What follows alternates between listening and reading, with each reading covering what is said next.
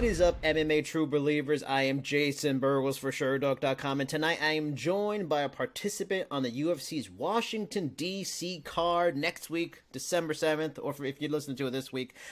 He will be looking to bounce back from a difficult loss in July to Urijah Faber by facing an equally tough test in New England Cartel member Rob Font, and that man is Ricky Simone. Ricky, thanks for joining me just about a week away from your fight, and happy Thanksgiving, man. You're doing Thanksgiving early right now. Yeah, I'm just over here at my mom's place. They did it a day early, so snuck away to do this interview. But thanks for having me on, man.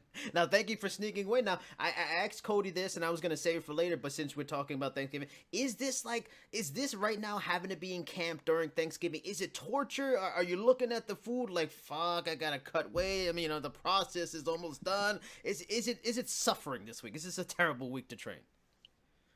I'm used to it. I grew up a wrestler. Wrestling seasons, during the holiday, I'm used to missing Thanksgiving and Christmas meals. So, it's familiar. It's familiar. I'm used to it, so don't bug me too much. Now, Cody was telling me he's not a big fan of things like turkey stuffing, the hallmarks of Thanksgiving. So he actually would rather miss Thanksgiving or not have as much fun than Christmas. So what about you? Would you prefer to be in camp during Christmas over Thanksgiving, or you'd rather have Christmas free than Thanksgiving? Yeah, I think I'd rather have Christmas free as well. I'm a fat boy. I like the sweets, and I feel like everyone makes more pies and cookies for Christmas. So yeah, I'd definitely rather have it this way where I get to have Christmas. I gotta agree. You got the eggnog, the fruitcake, the coquito, and Christmas. Yeah. That's the thing right there. Now, before we go forward to another big fight coming up with Rob Font, I gotta go back to the Faber fight. The last time we talked, Of course we did speak on the gravity of that moment, that fight, facing this legend in his hometown, and all. As the fight inched closer, did you feel like a nervous energy and the moment being surreal in a way? And I don't mean pressure or that kind of thing, because I know you felt confident going into the fight, but as in terms of like a heightened energy and excitement that it maybe in some way maybe threw you off your rhythm or your emotional stuff and mental stuff you usually have for a fight, or it was just like any other fight for you? No, it's different. It was hometown. That's a different energy. I never experienced that. That crowd was insane. It was cool to be a part of. And I got a little too excited. I did tag him early, and I was excited, and I got caught. It was a learning lesson. I've had to sit on that loss for a little bit too long now, and it's time for somebody to pay. Now, the shot that landed on you, it didn't seem like anything maybe unusual or even like set up or anything like that. Just a good right hook, that he threw it kind of way. It looked like you were maybe like pushing away or something like that when I was watching the fight again. Going into the fight, did you feel like him hurting you at all or even stopping you from strikes just seemed unlikely? Because I was looking back, this guy, he has 10 TKOs or KOs in his 35 wins. He hasn't stopped anybody with strikes in 12 years. Did you feel maybe like, oh, this guy's not going to hurt me, so maybe in a way underestimated his power on some level? No, I mean, Uriah Faber throws a good overhand right in the open. He does a good left hook off the break. And those were two things I knew I had to be worried about, but I felt very confident in my abilities that, he wasn't going to hit me with those shots. And like I said, I got excited. And, I talk a little bit in my fights. I had Uriah backing up, and I could see it coming. I even told him, I'm like, oh, here comes Uriah Faber's overhand right. I said that to him during the fight. Okay. And then, of course, I freaking circled into it. Oh, man. So it's nothing I wasn't ready for. It was just I was too excited. I made some mistakes, and I've been working on them. It's just like I said, I got excited in there. I in my head I was gonna go out there and knock out the Hall of Famer, and it was gonna skyrocket my name. So it's a learning experience. It was a learning experience for me, and going into that fight is that was the best I'd ever felt then. But I'm even more of a monster now. This is the best I've ever felt. I'm the strongest I've ever been. I'm technically the best I've ever been, and it's what losses make you better. That was only the second loss of your career, the first in 3 years. Was that loss like a tough one to get by? Because a lot of people picked you to win. I thought you were going to win. You thought you were going to win. It was, could it really have done? It could have also done a lot for your career. You know, it raised your stature even more. The guy's a legend. Was it a tough one to kind of get by? Like, damn shit, man. Like, or was it kind of like this guy's a legend? He did legend shit. You know, it just didn't work out for me. Man, I hate losing. You know that the first one, this one sucked. You know, I've been, I've had an amateur. I'm 15-2 as a professional. You know, I hate losing. You know, and I haven't had to deal with it too much, so it's definitely different. And you know, it never feels good. It never feels good, but you know, that's something that motivates me. You know, I just you know, I took a moment. I'm like, man, I just thought about like I hate this feeling. I'm just keep doing what I'm not scared of hard work. That's what I'm known for. I never shy away from working my ass off. So I'm just staying the course. You know, anything can happen in sport. That's why I love it. So I'm moving past it. I'm about to knock out the number 10 guy ranked in the world. Now, you haven't fought in 6 months.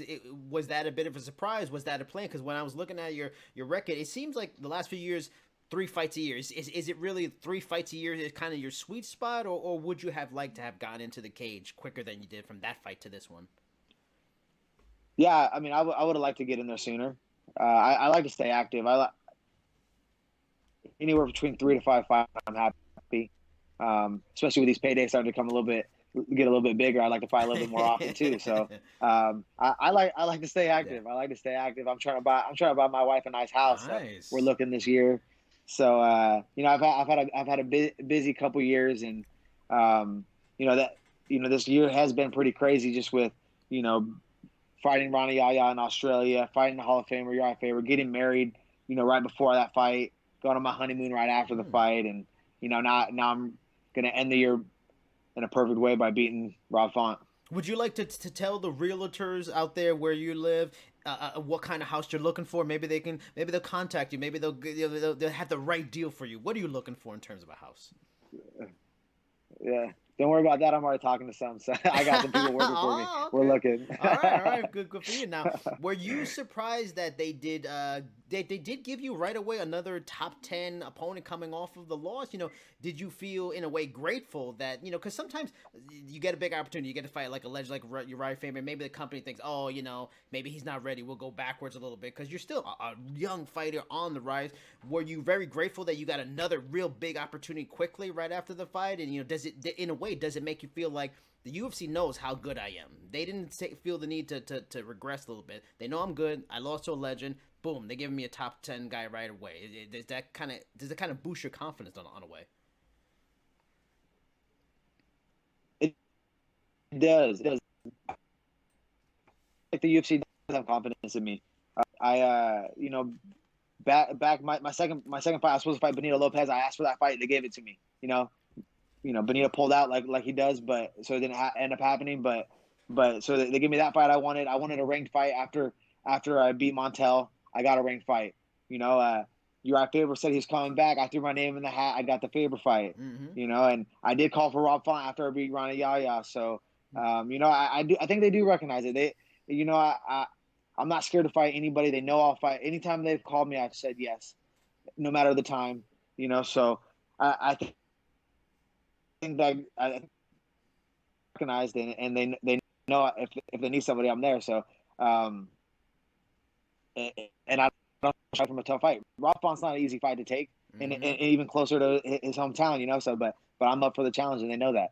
Now for this fight coming up with Rob Font, you know, Rob Font has quietly become really one of the very, very good fighters in this division. You know, his losses over the last few years are to like top level fighters: Rafael Sunsao, Pedro Munoz, John Lineker. Like, these are elite level guys, and he's got some very good wins. Is he possibly the best fighter you have ever faced in your career so far, especially on an overall level, or does Faber still hold that spot? You know, even at 40, because he was able to surprisingly beat you. I mean, he's talented, but I mean, all those guys you named off, really, I mean, he lost to them. You know, all those top level guys, he's losing to those guys. You know, so he in his last win was against a 125 pounder in Sergio Pettis. You know, I'm a strong bantamweight. I think I'm the strongest bantamweight in the division. So I'm not a 125 pounder. So he's impressive. He's good. He's good. He's number 10 in the world, but I think I fought better guys. Interesting. Now, I recently spoke to Rob's coach, and he mentioned he feels really good about the matchup for Rob, feeling Rob has more of a maturity in the sport and at the highest level, fighting these names like I mentioned that you haven't, and there isn't anything where he feels like that you can offer that he hasn't encountered before because he's fought these various fighters, these high level guys, even though he's lost to them. How do you respond to something like that, and where do you feel you can give Rob a lot of problems? I mean, that's just. I mean, I'm sure my coaches would be confident in my abilities too if you ask them.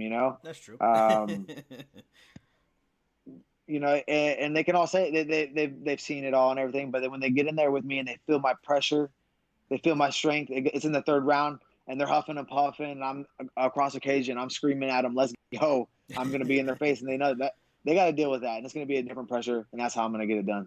Now we're talking about legends and stuff like that. What are your thoughts on guys like Frankie, Edgar, Jose Aldo joining the division? Are you cool with them possibly jumping the line and getting opportunities, Damn, or you're like I get it, they're legends. damn, that is the division not stacked enough? Hey, These killers right, have to come down. right. God dang, Jesus! I saw that like when I heard like Frankie was coming down. I was like, yeah, I think he could make it. That'd be tough. That'd be a fun matchup. And then when I heard Aldo, I was like, no way. And then he posted that photo of him just shredded, and I'm like, all right, yeah, there's killers everywhere in the division, and it just excites me. Like these are the Faber was a dream matchup. Frankie Edgar's a dream matchup for me. I grew up watching him. I love his style. I also, coming up as an amateur, I would copy a lot of the stuff he would do. And then Aldo too. Watching these to get to go in there and fight him and them being in my division. And like you were saying, if I could care, they jump the line. No, I mean they're previous world champions. They're legends. They shouldn't have to do much. They should come down, take a ranked fight, and they should be right there for a title fight if they're beating these guys. Do you feel like and it's So part of is I don't care about them skipping the line, but Is part of but the I'm here. line the reason why you don't mind that? Do you feel like those guys coming to down to division, legendary former champions, is it adds like more of a prestige to the division, adds prestige to you being a part of the division, and then it gives you an opportunity like the Faber fight to live out those dreams. Like, is that part of why you're like, fuck it, skip the line? You're gonna make the division better, and I might get to fight you, whatever. Yeah, that's how I feel about it. Like I said, I don't shy away from any fight, and it just makes it more exciting to me.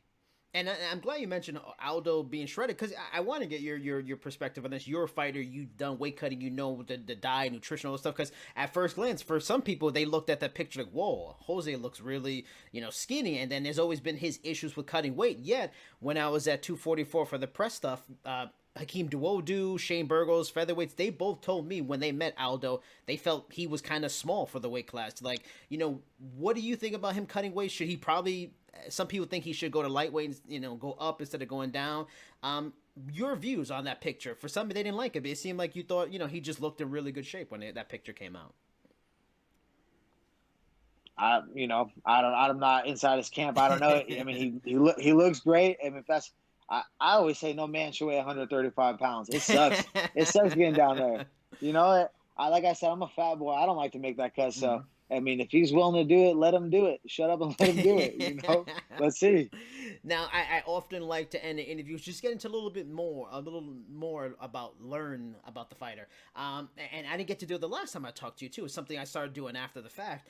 So what are some of the things you like to do that have nothing to do with fighting? Because I've talked to a lot of fighters and they've told me about the drain and the stress of fight camp and all these things. You kind of need to get the hell away from it sometimes, diffuse, just be away from it. What are the things you like to do that just have nothing to do with fighting? People told me Netflix, video games, riding motorcycles, cooking, all these things. What do you like to do?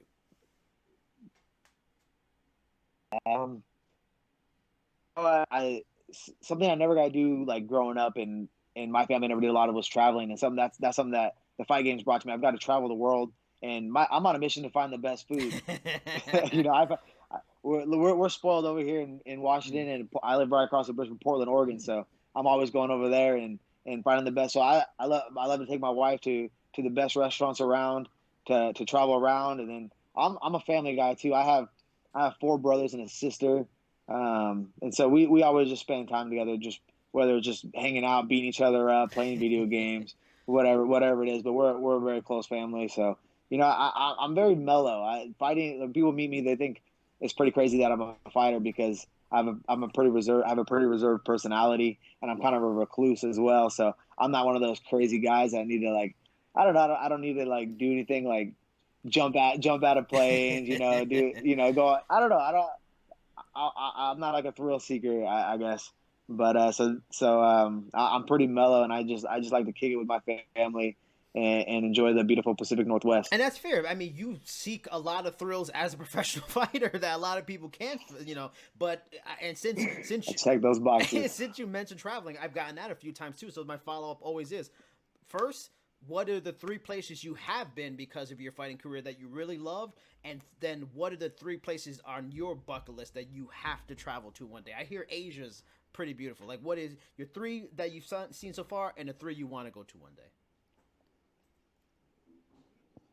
Okay, well, I think number one for me right now is Australia. That Mm. Australia fight, that was great. I stayed an extra week afterwards, and man, they have some amazing food and coffee over there and beer, Ooh. and that's what I'm about. So, um, and then I cornered a buddy in Oh, Bahrain. okay. Yeah, Tyree Fortune. I cornered him over there, and that was great. That the culture was different over there, and that was a great experience. And then I traveled to Moscow and St. Petersburg, Russia, with Tyson Nam. Nice. And St. Petersburg was beautiful. It was really cool over there, and some really good sights, and that was a great time. And as far as places I want to go, on top of my head, I want to go to Singapore. I wanted to fight on that card just so I can go. I really want to go to Thailand Mm. and to train and enjoy the culture over there because I hear it's great. Some of my teammates have been over there to Team Quest Thailand and trained over there, and they talk highly of it. And then also, I think France probably has to be number one place I need to go just because I think that their food to me is the best out there, just with all the different flavors and I think that'd be fun.